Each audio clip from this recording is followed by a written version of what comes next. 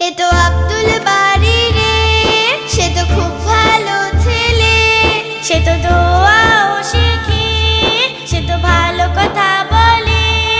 এসো শিখি আব্দুল বাড়ির সাথে। দেখো আপু, আমি কিভাবে জোরে ঘুরিয়ে মারি। তাই নাকি? কিন্তু তুমি তো সবসময় আউট হয়ে যাও। যখন খেলবো তখন দেখা যাবে। তুমি তো সবসময় আমাকে খেপাতেই থাকো। আব্দুল বাড়ি, এখন চলো মিলেমিশে খেলি। ঠিক আছে ঠিক আছে। আরে আপু, ওই দেখো আকিবকে কিভাবে খেলছে।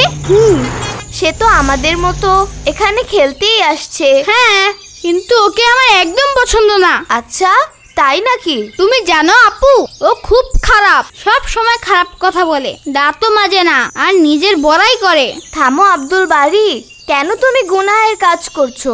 হ্যাঁ, আমি কোথায় গুনাহ করেছি? তাছাড়া আর কি? যদি আকিবের মধ্যে কোনো খারাপ অভ্যাস থাকে তাহলে ওর সাথে খেলো না, না হলে ওকে একা ডেকে ভালোভাবে বলো যে ওটা খারাপ কাজ। হতে পারে ওই খারাপ কাজগুলো ছেড়ে দিবে। বাহ, কি বলছো তুমি? আমি ওর সাথে খেলবো? আমি ওর সাথে খেললে ও আমার সাথে ঝগড়া করবে। তাহলে ঠিক আছে, ওর সাথে খেলো না, কিন্তু গুনার কাজ করো না।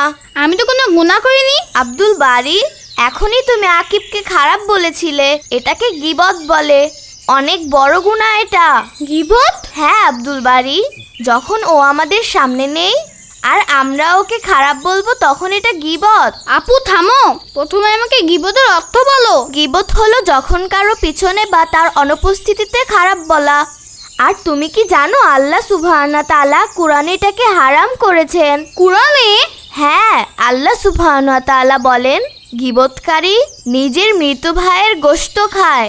ভাবো কত বড় গুনাহ এটা। মানুষের গোশত কেউ খায় নাকি? তাও ওর মরা ভাইয়ের।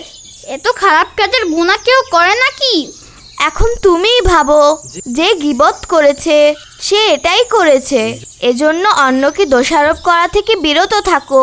আর তুমি জানো, যে কারোর দোষ থাকবে আল্লাহ তাআলা আখিরাতে তার দোষের হিসাব ঢেকে রাখবেন। আমি এত খারাপ আর গুনার কাজ আর করব না। তুমি জানো আপু, গীবত করা নিজের মরা ভাইয়ের গোশত খাওয়া সমান। এটাকে কেউ পছন্দ করবে না। একদম ঠিক বুঝেছো আব্দুল বাড়ি। আমি এখন বুঝেছি নাকি? এ তো আমি আগের থেকেই জানতাম। হ্যাঁ হ্যাঁ, তোমার তো সব কথা প্রথম থেকে জানাই থাকে।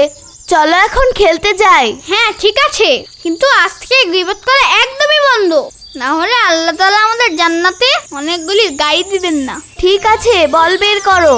ওই দেখো সেলিম আর রাকিবও এসেছে। ঠিক আছে, চলো আমরা খেলবো।